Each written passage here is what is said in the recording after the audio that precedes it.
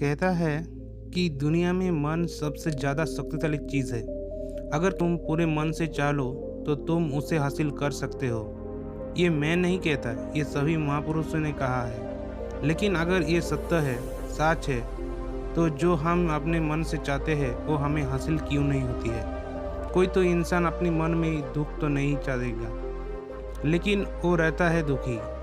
हर इंसान अपनी मन से तो कामयाब होना चाहती है, खूब पैसा कमाना चाहती है, लेकिन फिर भी वो कामयाब नहीं होता। भला ऐसा दुनिया में कौन इंसान होगा जो अपनी मन में ये चाहेगा कि हाँ ना कामयाब रहूं या मैं पैसा ना कमाऊं। सोचने की बात है। तो इसमें दो चीज़ें निकल के सामने आती है, या तो वो महापुरुष गलत थे जिन्होंने ये बात बोला है कि मन से चाहे हुए चीज़ हासिल हो जाती है, या फिर हम गलत है। आज की कहानी में जो आपको बताने वाला हूँ उसमें आपको एक ऐसा मंत्र मिलेगा। उसे समझने के बाद आपको एक ऐसा मंत्र पता चलेगा जिससे आप ये समझ पाएंगे कि आप मन से कोई भी चीज़ कैसे करवाई जाती है, मन में किसी भी बात को बीज कैसे बोया जाता है। इस कहानी से आपको अच्छी तरह से समझ में आ जाएगा और इससे आप ये भी समझ पाएंगे कि आकर्षण का नियम यानी लॉ ऑफ अट्रैक्शन का कैसे काम करता है। कहानी छोटी सी है लेकिन बहुत ही गहरी है। दोस्तों, कहानी शुरू करने से पहले अगर आप नया है तो चैनल को जरूर सब्सक्राइब करके इस कहानी से खो जाइए।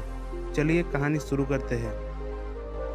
एक आदमी के जीवन में सिर्फ दुख ही दुख थे। वो जो भी काम करता उस बेचारे को वो काम पूरा नहीं होता। घर में आता तो घर में कालाश बना रहता, किसी से मदद मांगता तो कोई मदद नहीं करता। ऐसा लगता था चारों ओर दुखों की पहाड़ उस पर टूट पड़ा है। उससे समझ नहीं आ रहा था कि मैं इस दुखों से पार कैसे पाऊँ। वो दिन रात यही सोचता रहता कि अपनों दुखों से छुटकारा कैसे पाना है। इसी कारण से वो रात में सो भी नहीं पाता था। उसकी आंखों के नीचे बड़े बड़े कालो गहरी बन गई थी, जो इस बात का प्रतीक थी कि वो आदमी कितना दुखी है और कितना चिंतित है। कभी कभी उसके मन में तो आत्महत्या करने की ख्याल आते थे, लेकिन अपने परिवार की चिंता करके वो ये कदम नहीं उठा पाता था।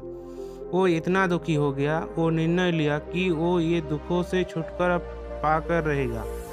इसलिए चाहे उसे कितना भी मेहनत करनी पड़े, कुछ भी करनी पड़े, चाहे अंगारों पे चढ़ने पड़े, लेकिन दुखों से छुटकारा हासिल करके ही रहेगा। ऐसे ही एक दिन उसका मित्र से पूछा कि मैं अपनी जीवन को कैसे सुधारूं। उसके मित्र ने उसे बताया, तुम किसी बाबा के पास जाओ। बाबाओं के पास एक ऐसा मंत्र है जो सारे दुख मिटा जाती है, जीवन खुशियों से भर जाता है और धन संपदा भी हासिल हो जाती है। तुम किसी ऐसी बाबा को ढूंढ लो, बस तुम्हारा काम बन जाएगा। उस आदमी के मन में ये बात पूरी पक्की से बैठ गई कि कोई बाबा ही मेरा जीवन का दुखों को दूर कर सकता है। और इसीलिए वो किसी बाबा को बारे में पता चला तो वो बाबा के पास पहुंच जाता है और बाबा को अपना समस्या बताते हैं और उसका समाधान पूछता है और कहता है कि बाबा, मैं कुछ भी करने के लिए तैयार हूँ, बस अब मेरी समस्याओं को मेरे जीवन से छुटकारा मिला दो। आप जो कहेंगे मैं वो करूँगा, लेकिन मेरी जीवन को सुधार दीजिए। बाबा उसे कुछ टोनेटोट की बता देते थे करने के लिए। ये टोनेटोट का करने के बाद तुम्हारा घर में सुख शांति बने रहेगी, बस इस टोट की पूरी विधि के साथ करना। वो आदमी घर लौटकर पूरी विधि के साथ टोनेटोट करने लगा, लेकिन बहुत टोनेटोट करने के बाद भी उसका जीवन में कुछ बदलाव नहीं आया। इसका विपरीत उसका जीवन और दुखी हो गया। जो भी बाबा उसका टोनेटोट देते था वो बदले में दान दक्षिणा लेती थी, जिससे उसका धन भी धीरे धीरे खत्म हो रही थी। इससे उसका जीवन में दुख और ज़्यादा बढ़ गया। तब उसे लगा, बाबाओं के पास आने से मेरा जीवन में दुख कम होने की बजाय बढ़ते ही जा रहे हैं। तो मुझे क्या करना चाहिए, बाबा के पास जाऊँ या ना जाऊँ? एक दिन किसी आदमी ने बोला, तुम अपने घर में किसी पंडित को बुलाकर हवन कर लो। हवन होगा, घर शुद्ध हो जाएगा। कोई भी बुरी ऊर्जा होगा घर में तो घर से बाहर चला जाएगी। किसी पंडित को बुलाकर पूरे विधि के विधान के साथ मंत्र उच्चारण कराओ और हवन कराओ जिससे घर में सुख शांति आए। उस आदमी के मन में ये बात बैठ गई कि और उसने एक पंडित को घर में बुलाकर हवन करवा दिया। हवन अच्छा तरह से संपन्न हुआ। बदले में पंडित भी अच्छे दान दक्षिणा लेकर वहाँ पे वापस चला जाएगा। लेकिन कुछ दिनों के बाद आदमी को महसूस हुआ उसके जीवन में कोई भी बदलाव नहीं आया है और वो आदमी पूरी तरह से दुखी हो गया और ज़्यादा परेशान हो गया। अब तो उसे लगने लगा कि मेरे जीवन में दुख कभी ख़त्म नहीं होंगे। यही सोच कर वो आदमी का बुरा हाल हो गया। फिर एक दिन उससे अपना मित्र से एक ऐसा बाबा के बारे में पता चला जो समाधान बताने के लिए कोई दान दक्षिणा नहीं लेता था। उस आदमी को लगा ये बाबा दूसरे बाबाओं की तरह नहीं हो सकता क्योंकि ये दान दक्षिणा लेता ही नहीं, और अगर दान दक्षिणा नहीं लेता तो ये सच में कोई सिद्ध बाबा होगा। और यही सोचकर वो बाबा के पास पहुंच जाता है। जब वो आदमी वहाँ पर पहुंच जाता है वो बाबा ध्यान में बैठे हुए थे। ये देखकर वो आदमी वही चुपचाप बैठकर ध्यान के बाहर आने का इंतज़ार करने लगा। थोड़ी देर बाद बाबा ने आंखें खोली तो सामने एक दुखी और परेशान युवक को बैठते हुए देखा। उसी की आंखों के नीचे काले गहरे देखते ही बाबा समझ गया ये आदमी अपने जीवन से कितना परेशान है। उससे संबंधित करते हुए बाबा ने पूछा कि बच्चा, बाबा के पास क्या लेने आए हो? उस आदमी ने कहा कि बाबा, मैं अपने जीवन से बहुत परेशान हूँ। मैंने इन दुखों को दूर करने के लिए बहुत सारे रास्ते अपनाए, हारों और किम करके देखा। किसी बाबा ने मुझे बताए, हारों काम किया जो किसी भी इंसान ने मुझसे करने को कहा, लेकिन मेरे जीवन में दुखों में कोई कमी नहीं आया। बाबा, इसके विपरीत मेरे जीवन में दुखों में बढ़ोतरी हो गई। मुझे समझ नहीं आई मैं क्या करूं। मैंने आपके बारे में बहुत सुना बाबा, और मैं बहुत उम्मीद के साथ आपके पास आया। कृपया करके मुझे कोई मार्ग बताइए जिससे मुझे दुखों से छुटकारा मिल जाए। मैं अपना दुखों से छुटकारा पाने के लिए कुछ भी करने के लिए तैयार हूँ। अब कोई भी रास्ता मुझे बताए, चाहे वो रास्ता क्यों ना कठिन हो, मैं उसको पार करके रहूँगा। बाबा महसूस किया आदमी तो सच में बहुत परेशान है। बाबा ने उसकी बात सुनकर कहा, बच्चा, दुखों को दूर करने के लिए मंत्र ऐसे नहीं मिलते। मंत्र पाने के लिए कुछ करना पड़ता है। तुम कुछ कर सकते हो? ये सुनकर पहले तो आदमी ने सोचा ये बाबा मुझसे दान दक्षिणा भी मांगेंगे, लेकिन और कोई रास्ता ना पाकर उस आदमी ने कहा कि बाबा, आपको जितने भी दान दक्षिणा चाहिए मैं देने के लिए तैयार हूँ, लेकिन आपका मंत्र सच्चा होना चाहिए, वो पूरा होना चाहिए, उसका फल मुझे मिलना चाहिए। उसके बाद जो भी दान दक्षिणा लेना चाहिए वो मैं दे दूँगा। बाबा ने कहा, दान दक्षिणा तो बहुत छोटी चीज़ है, मुझे वो नहीं चाहिए। इस पर वो आदमी सोच विचार करके बोला, बाबा, मैं अंगारों में चलने के लिए तैयार हूँ, आप मुझे बस आज्ञा दीजिए। बाबा ने कहा, अंगारों में चलने वाली छोटी चीज़ मैं तुमसे नहीं करने वाला। मैं जो तुमसे करने वाला हूँ वो बहुत कठिन मंत्र है, उसे पूरा कर पाऊंगे? आदमी ने कहा, बाबा, आप सही तो बताओ, मुझे करना क्या है? मैं कुछ भी करने के लिए तैयार हूँ। इस पर बाबा ने कहा कि यहाँ से तुम अपना घर जाओ तो रास्ते में अपने मन में ये दौड़ाते जाना कि मैं सुखी हो, मैं सुखी हो, मैं सुखी हो। बार बार अपनी मन में यही दौड़ाना, और याद रहे जुबान पर यही नहीं आना चाहिए, ये सिर्फ मन में दौड़ाना है। ये सुनकर उस आदमी ने बोला, बाबा, बस इतनी सी बात है, ये तो मैं छुटकी बजा के कर लूँगा, लेकिन इससे होगा क्या? बाबा बोले, इस मंत्रों को करके तो देखो। ऐसे ही तुमने इतनी बाबाओं के मंत्र किए हैं तो इस मंत्रों को भी करके देख लो। उस आदमी ने सोचा, बाबा तो कुछ दान दक्षिणा तो लेने ही रहे और छोटा सा मंत्र है, इसे तो मैं कर ही लूँगा। वो बोला, ठीक है बाबा, मैं ये मंत्र जरूर करूँगा। वो आदमी ये कहकर वह उठकर चलने लगा, लेकिन जैसे ही चलने लगा पीछे से बाबा बोला, बच्चा, एक बात याद रखना, जब ये मंत्र तुम अपनी मन में दोहराओगे तो तुम्हारे मन में बंदर का विचार नहीं आना चाहिए। बंदर का ख्याल भी नहीं आना चाहिए, तो ये मंत्र सिद्ध होगा। वो आदमी ने बोला, मुझे तो आज तक कोई भी बंदर का क्या विचार नहीं आया, तो आप क्यों आएगा? आप चिंता मत करिए, मैं बस इस मन में यही दौड़ाऊंगा कि मैं सुखी हूँ, मैं सुखी हूँ। इसके अलावा बंदर का कोई विचार मेरे मन में नहीं आएगा। ये कहकर उस आदमी वहाँ से चला गया। वो अपनी मन में मैं सुखी हूँ, मैं सुखी हूँ यही दौड़ते हुए थोड़ी दूर ही चलता कि उसके मन में अचानक बंदर का ख्याल आ गया। बंदर का ख्याल एक बार आया और चला भी गया, लेकिन उस आदमी ने सोचा कि अब तक मेरे मन में तो कोई बंदर का ख्याल नहीं आया, तो ये आज बंदर का विचार क्यों आ गया?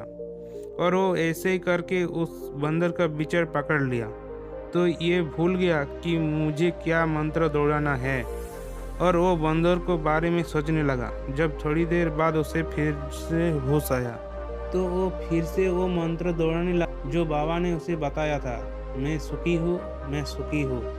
लेकिन अचानक से उसे सामने एक बंदर दिखाई दिया, तो ये देखकर फिर से वो उसके मन में फिर से बंदर का विचार उठ गया, और वो अपने अंदर से उस विचार को बाहर फेंकना चाहता था। वो चाहता था मेरे अंदर किसी भी तरह बंदर का विचार ना आए, लेकिन उसे तो सामने बंदर ही दिखाई दे गया। ऐसा ही जद्दोजहद करते करते वो घर पे आ पहुंचा, और घर पे पहुंचते ही अपनी स्त्रियों को पता, बंदरिया मुझे खाने में बंदर परस दो।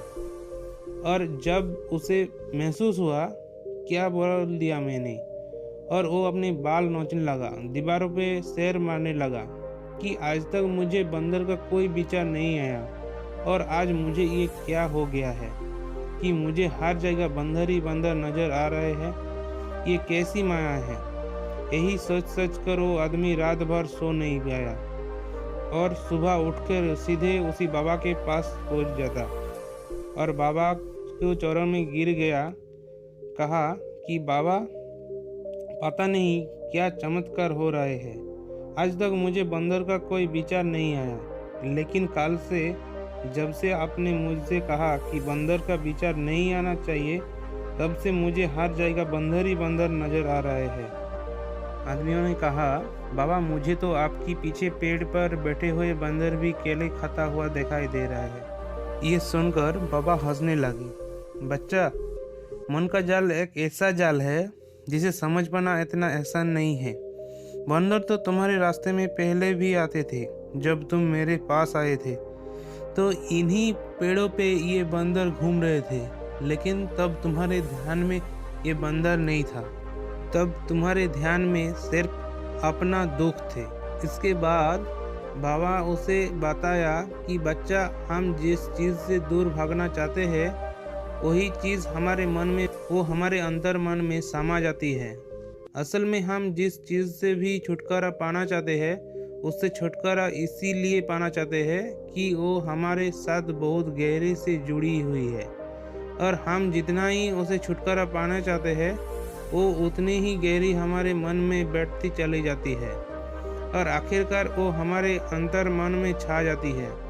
ऊपर से तो हम चाहते हैं सुखी होना, कि मैं सुखी हूँ, सुखी हूँ, हमारे होठ भी यही बोलते रहते हैं, लेकिन हमारे मन में तो दुख समा जाती है। हमारे विचारों में, हमारे मन में हमें दुख ही दुख दिखाई देता है। इसीलिए अपनी जुबान से बार बार ये बोलने से कि मैं सुखी हूँ, मैं सुखी हूँ, हम सुखी नहीं होंगे जब तक ये मंत्र हमारे अंतर मन में प्रवेश नहीं होगा। इस बार उस आदमी ने पूछा कि बाबा, लेकिन ये मंत्र हमारे अंतर मन में प्रवेश कैसे होगा? ये सुनकर बाबा ने कहा कि बच्चा, अपने दुखों से लड़ना बंद कर दो। जब तक तुम अपने दुखों को दूर करने की सोचते रहोगी, तब तक वो दुख तुमसे छिपके रहेंगे, तब तक वो दुख तुम्हारे अंतर मन पर अपना राज जमाए बैठे रहेंगे। और जिस दिन तुम दुख के बारे में सोचना ही छोड़ दोगे, उन दुखों से छुटकारा ही नहीं पाना चाहोगे, उसी दिन से तुम्हारा जिंदगी से दुख, क्योंकि किसी भी चीज़ से छुटकारा पाने के लिए हमें उस चीज़ के बारे में सोचना पड़ता है, और हमें जितना ही उस चीज़ को बारे में सोचना है वो उतना ही गहरी हमारे मन प्रवेश होती चली जाती है। हम अधिकतर समय दुखों के बारे में ही सोचते हैं। हम ये सोचते हैं कि हमारे जीवन में दुख है और हमें इसे छुटकारा पाने हैं। इसी वजह से बार बार सोचने में वो दुख हमारे अंतर मन में प्रवेश हो जाती है और हमें एहसास भी नहीं होता। इसीलिए अगर तुम दुखों से छुटकारा पाने चाहते हो तो दुखों से छुटकारा पाने के बारे में सोचना छोड़ दो। तुम्हें दुखों से छुटकारा मिल जाएगा। अक्सर आदमी धूम्रपान छोड़ना चाहते हैं, शराब छोड़ना चाहते हैं। सुबह अपने आप से ये वादा करते हैं कि कोई भी गलत काम नहीं करूँगा, लेकिन शाम को जब लौटते हैं तो नशे में चूर होकर लौटते हैं। ऐसा क्यों होता है कि जो हम सोच रहे हैं वो पूरा कर नहीं पा रहे हैं। असल में हम उस चीज़ को बहुत ज़्यादा तवज्जो दे रहे हैं, उस चीज़ को बहुत ज़्यादा अहमियत दे रहे हैं। जब भी हम उस चीज़ को छोड़ने के बारे में सोचते हैं तो हम उसी को विशेषता और ज़्यादा कर देते हैं। तुम्हारा मन उस चीज़ को बारे में जितना ज़्यादा सोचेगा, शराब या धूम्रपान छोड़ने के बारे में जितना ज़्यादा सोचेगा, हमारा मन उतना ही उस चीज़ से पीछे ज़्यादा भागेगा। हमें उस चीज़ से लड़ना नहीं है, बल्कि बिना सोचे गुजर जाना है।